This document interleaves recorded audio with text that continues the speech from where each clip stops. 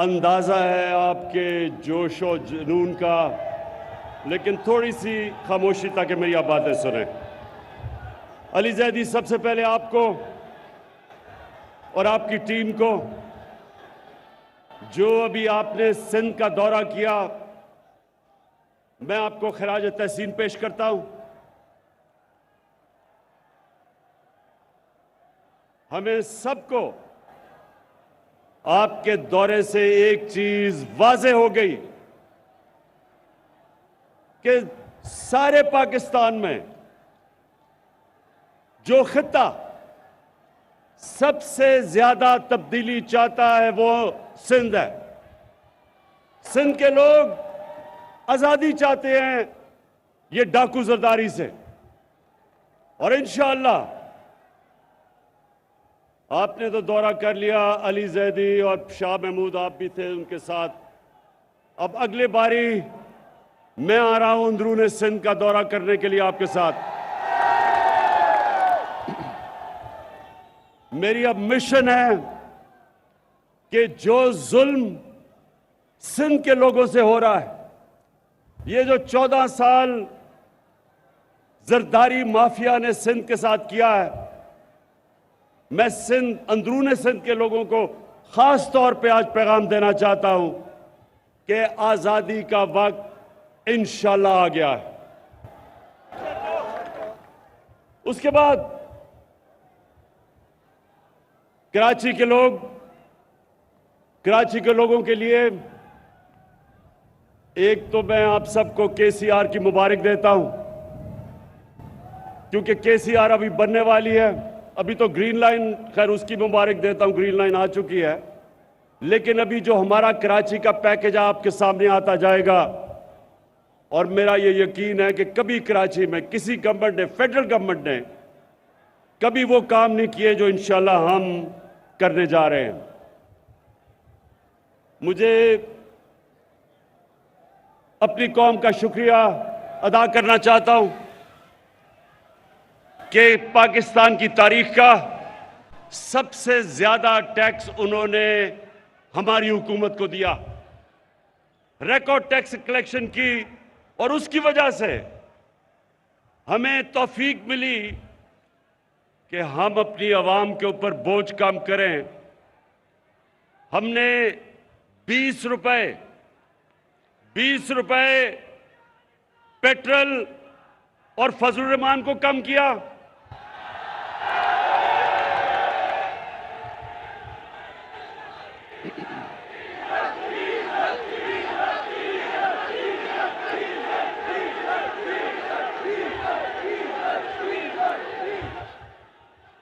Diesel सस्ता किया, 5 रुपए यूनिट बिजली सस्ती की, जब दुनिया में दोनों की कीमतें ऊपर जा रही हैं। आज आपको हैरत होगी ये सुन के कि पाकिस्तान में पेट्रोल और फजलुर रहमान दुबई से ज्यादा सस्ता है। दुबई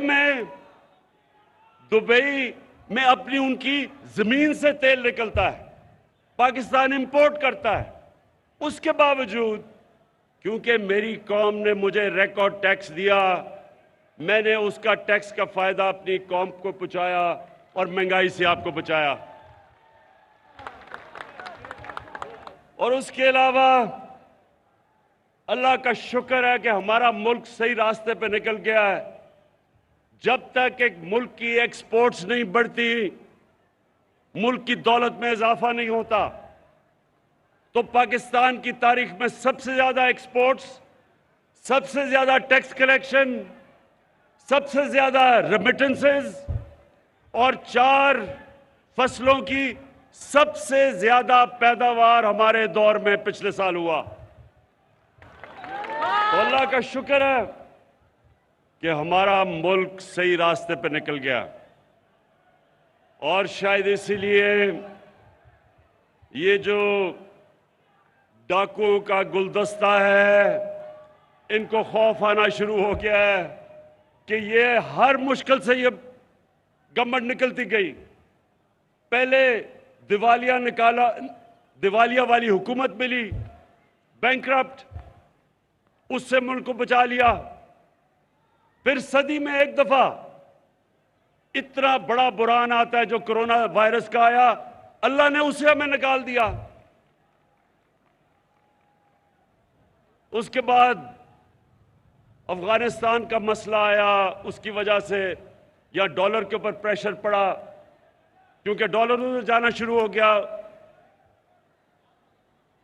अफगानिस्तान की फिजा की वजह से, कि एक खौफ था लोगों को कि हालात क्या बिगड़ेंगे। डॉलर लिए लोगों ने, तो यहां प्रेशर पड़ा हमारे पे, उससे अल्लाह ने हमें बचाया। फिर अब यूक्रेन, इसकी वजह से और ज्यादा गंदम ऊपर, तेल ऊपर, कोयला ऊपर, गैस ऊपर। लेकिन अल्लाह का करम है कि मैंने अपनी कौम को इन सारी चीजों से बचाया है।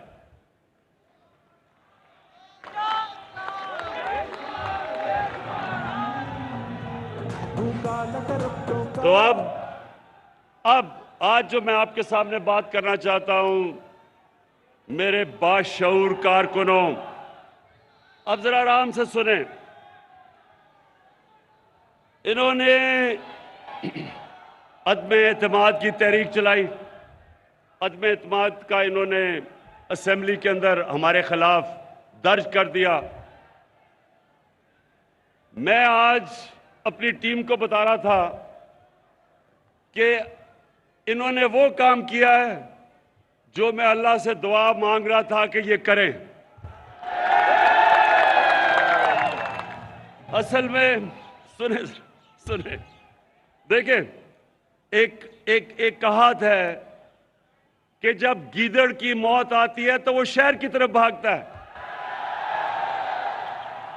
तो ये चोरों के टोले की जो इंशाअल्लाह, मैं ऊपर वाले के ऊपर एतमाद है, इनकी जो सियासी मौत आई है, इन्होंने अदम एतमाद कर दिया है।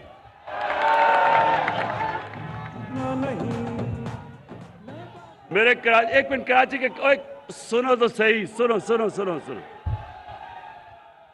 कराची के कारकुनों, देखो, आपका जो चेयरमैन है पार्टी का, उसको दुनिया की क्रिकेट की तारीख में 5 या 6 टॉप कप्तानों में माना जाता है। सुने सुने सुने अभी।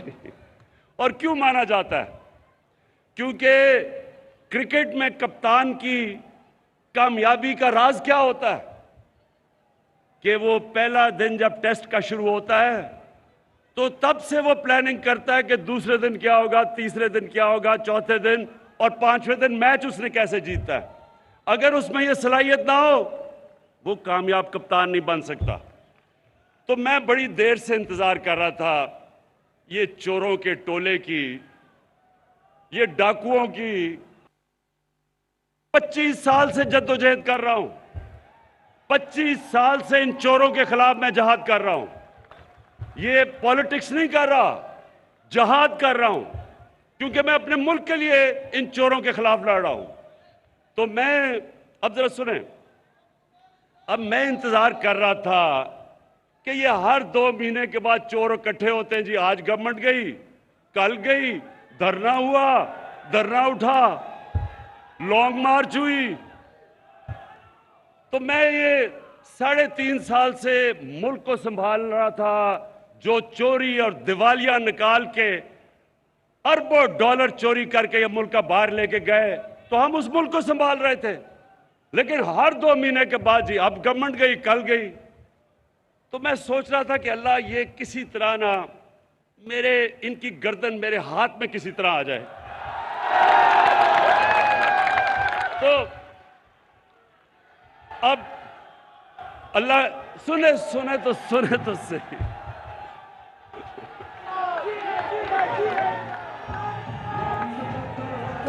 तब्दीली आई रे, तब्दीली आई रे, तब्दीली आई रे, भूखा न तरफ का बेटा है।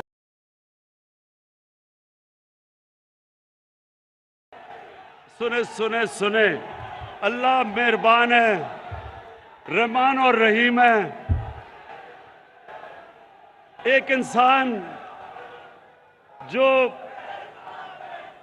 अल्लाह से मांगता है अपनी कौम के लिए, उसकी ज्यादा दुआएं सुनता है। तो ऊपर वाले ने मेरी दुआ सुनी ली और मैं दुआ ही कर रहा था कि किसी ना किसी तरह ये अदम एतमाद की वो दर्ज कर दे। अब क्या होगा, अब जरा सुने, मैं आपके सामने रख रहा हूं।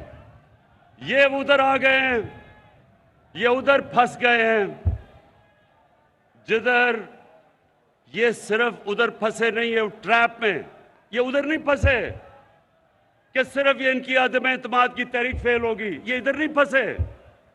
कप्तान ने आगे की तैयारी की हुई है। अदम एतमाद की तहरीक जब इंशाल्लाह ये जब हम जीतेंगे, उधर मैं रुकूंगा नहीं, मैं इनके पीछे जाऊंगा, मैं इनको छोड़ूंगा नहीं। जो अब तक मेरे हाथ बंधे हुए थे, फंसे हुए थे, कभी ये मसला, कभी दुनिया का, अब जिस तरह मैंने बताया कोरोना आ गई तो लॉकडाउन हो, मेरे अब हाथ, वो जो जंजीर बली हुई थी ना, वो अब खुल जाएगी। और मैंने जरा सुने, पहला मेरा टारगेट होगा जिसके ऊपर बड़ी देर से, जो मेरी बंदूक की नशिश पे बड़ी देर से उसके ऊपर आया हुआ, वो है आसिफ अली जरदारी।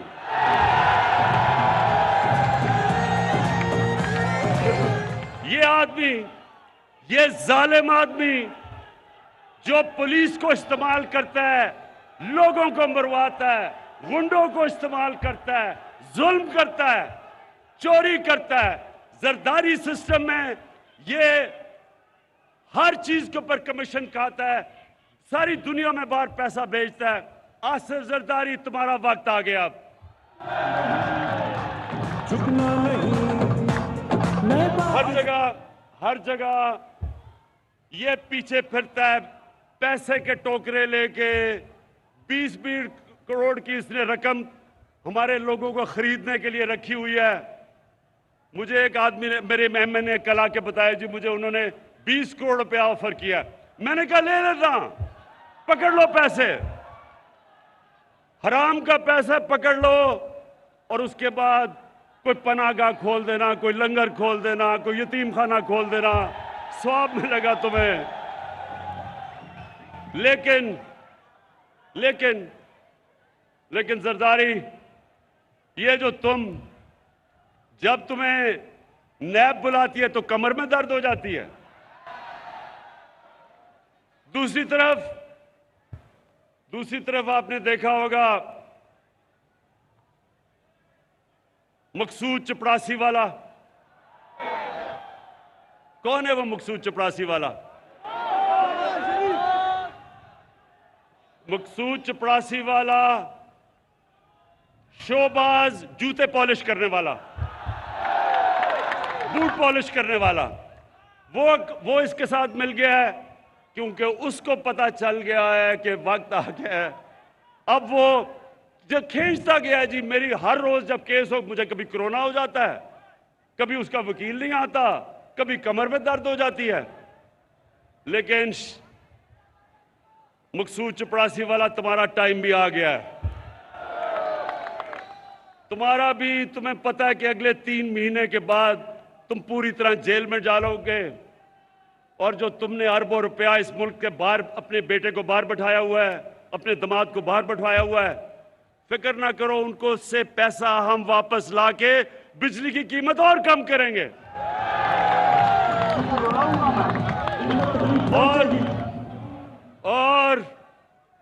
और फिर इनके साथ मिल गया है डीजल।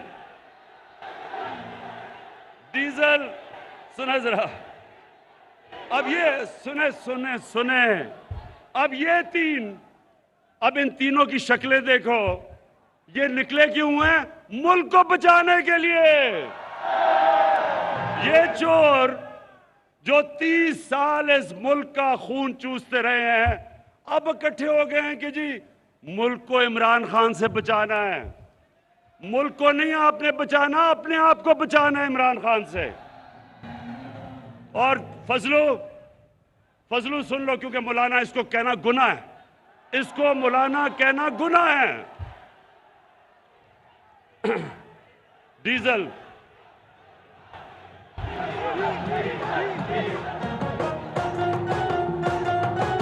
देखें, इज्जत जिल्लत ऊपर वाला देता है। अब देखें, एक दीनी आदमी, जो कभी भी दीनी आदमी को तो अल्लाह की वो बातें करता है, अल्लाह को तो उसको इज्जत देनी चाहिए। इसका नाम लो तो लोग डीजल डीजल की आवाजें लगा देते हैं, शर्म की बात है। तो फजलू, मिस्टर डीजल, तुम भी तैयार हो जाओ। इसने कहा, जब इसको नैब ने बुलाया, इसके पास अरबों रुपए के असासे हैं, पता नहीं किधर से आए, क्योंकि काम तो ये कोई करता ही नहीं है। तो जब नैब ने इसको बुलाया तो कहता मैं 2000 लोग लेके चला जाऊंगा। नैब को डरा दिया इसने।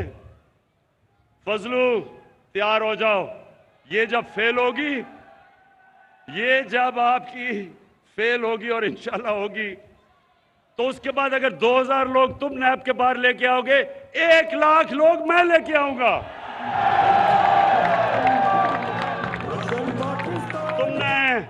तुमने इस मुल्क का,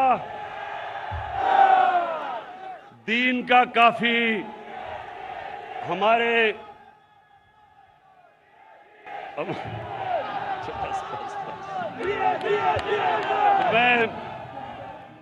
मैं अभी सुने इंशाल्लाह अभी मैं जुमे को दीर जा रहा हूं। दीर के लोगों ने मुझे बुलाया हुआ है। इतवार को मैं पंजाब में हाफजाबाद जा रहा हूं। मैं अपनी कौम को, सारी कौम को बताऊंगा कि ये जो चोरों का टोला है, इसके खिलाफ जंग इमरान खान अकेले की नहीं है, हर बच्चे बच्चे की जंग है इन चोरों के खिलाफ।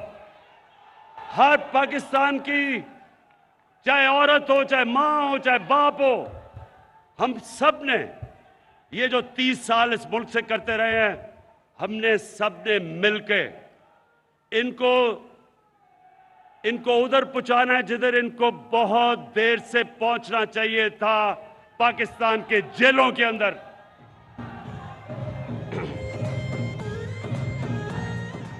और आसिफ जरदारी, और खुदा का वास्ता है, ये अपने बेटे को खुदा के वास्ते उर्दू तो सिखा दो।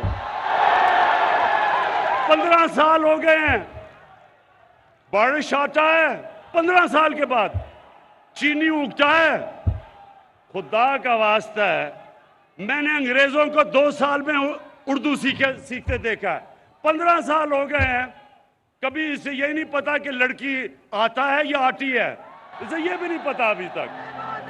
और ये टोला, ये चोरों का टोला मुल्क को बचाने के लिए निकला है।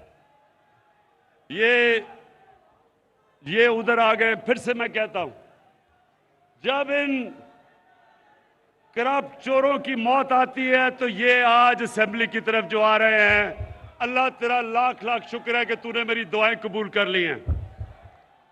और इंशाअल्लाह मेरे पाकिस्तानियों, मेरे कराची के लोगों, इंशाअल्लाह ये मुल्क एक बड़े अजीम ख्वाब का नाम है। इस मुल्क बनने के ऊपर जो नारा लगा था वो ये था कि पाकिस्तान का मतलब क्या? ला इलाहा इल्लल्लाह। अल्लाह के सिवा हम कभी किसी के सामने नहीं झुकते। और ये डाकू जिन्होंने पैसे चोरी करके बाहर रखे हुए हैं, ये हर बाहर से ताकतों के सामने ये झुकते रहे हैं। इस मुल्क के ऊपर 400 ड्रोन अटैक्स हुए 10 सालों में, जब ये जरदारी और नवाज शरीफ इख्तियार में थे। एक दफा ये नहीं बोले। कौन बोला था? तहरीक इंसाफ निकली थी। हमने यहां धरने किए थे ड्रोन्स के खिलाफ, क्योंकि ये वो लोग हैं जो जिन खुदाओं की पूजा उनकी करते हैं जिधर इनका पैसा पड़ा है। चोरी का पैसा इनका उन मुल्कों में पड़ा हुआ है, ये कभी उनके सामने अपने मुल्क की मफादात के लिए खड़े नहीं होंगे। मैं हमेशा समझता हूं कि पाकिस्तान को सबसे दोस्ती करनी चाहिए। किसी मुल्क के मैं खिलाफ नहीं हूं, लेकिन मैं किसी मुल्क को यह इजाजत नहीं दूंगा कि मेरी कौम के मफादात के खिलाफ वो कोई कार्रवाई करे।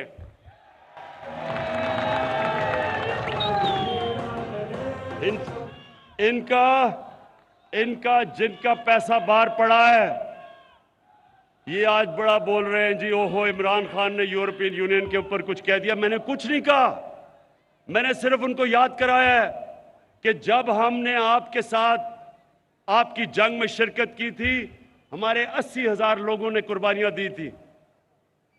हमारे मुल्क में कबायली इलाका हमारा तबाह हो गया था। हमारे लोगों ने नकल मकानी की थी, 35 लाख लोगों ने। मैं इनको सबको याद कराता हूं कि हमने कुर्बानी दी थी। हमारी किसी ने ना अप्रिशिएट किया, ना हमें हमारा शुक्रिया अदा किया।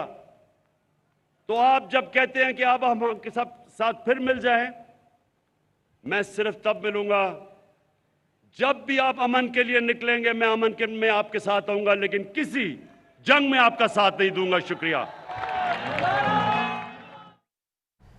वज़ीर-ए-आज़म इमरान खान गवर्नर हाउस कराची में कारकुनान से खिताब कर रहे थे और अपने इस खिताब में, अपनी इस गुफ्तगू में बार बार खुदा का शुक्र अदा कर रहे थे। और उन्होंने कहा कि खुदा का शुक्र अदा करता हूँ कि ये तहरीक अदम एतमाद लेकर आ रहे हैं। मैं यही चाहता था, तहरीक अदम एतमाद इनकी सियासी मौत है। उन्होंने कहा कि जब गीदड़ की मौत आती है तो वो शहर की तरफ आता है। मैं दुआ कर रहा था कि किसी ना किसी तरह ये अदम एतमाद लेकर आएँ, तो खुदा ने मेरी सुन ली है। और उन्होंने कहा कि ये यहाँ नहीं फंसे, कप्तान की तैयारी इससे आगे की है। और जब टेस्ट मैच होता है तो कप्तान पहले दूसरे दिन ये सोचता है कि 5वें दिन उसे मैच कैसे जीतना है। तो इन्हें ये नहीं लगता कि इनका सामना कप्तान से होने जा रहा है। और उन्होंने कहा कि मेरे कैमरे को 20 करोड़ की ऑफर हुई तो मैंने उससे कहा कि पकड़ लेते, ये हराम का पैसा था, इससे हम कोई खिदमत कर लेते हैं, अवाम पर इस पैसे को लगा देते। जी बिल्कुल। वज़ीर-ए-आज़म इमरान खान इस वक्त कराची में मौजूद हैं। इससे कबल अहम मुलाकातों का सिलसिला भी जारी रहा और अभी गवर्नर हाउस में वो कारकुनों से खिताब कर रहे थे। और अपने खिताब के दौरान उन्होंने कहा कि अब मैं अंदरूनी सिंध का दौरा करने खुद आऊँगा। इसी पर बात करने के लिए सीनियर तज्ज़ियाकार आरिफ हमीद भट्टी साहब ने हमें ज्वाइन किया। भट्टी साहब, शुक्रिया आपके वक्त का। हम वज़ीर-ए-आज़म इमरान खान की स्पीच सुन रहे थे और काफ़ी इंजॉय भी किया हमने। आपने भी यकीनन सुनी होगी। बहुत कॉन्फिडेंट दिखाई दिए हैं और उन्होंने जिस तरह की बातें की, लगता है उन्हें बहुत शिद्दत से इंतजार था कि तहरीक अदम एतमाद कब जमा होने जा रही है। तहरीक अदम एतमाद अब जमा हो चुकी है। क्या ऑप्शंस हैं खान साहब के पास, आप क्या समझते हैं? मेरे ख्याल में एतमाद से ज्यादा मोहतरम वज़ीर-ए-आज़म इमरान खान साहब बहुत ज्यादा जज्बाती थे। उन्होंने सारे फिक्रों में कहा मेरे जो हाथ बंधे हुए थे अब वो हाथ खुल गए हैं। यहाँ तुम वजह बता देते हैं कि अपोजिशन की तमाम लीडरशिप कमो बेशतर गिरफ्तार उन्होंने कर ली थी, नैब ने पकड़ ली थी। वो हाथ की बंदिश मुझे नहीं इनके इस फिक्रे की समझ आई। अदरवाइज तो वज़ीर-ए-आज़म पाकिस्तान है, उनका हक है जो मर्जी बोले, लेकिन इस तरह अपोजिशन के लोगों को तू तरा डाकू चोर कहना मेरा ख्याल है वज़ीर-ए-आज़म के मनसब के लिए मुनासिब नहीं है। उन्हें ये बातें करनी चाहिए थी, क्योंकि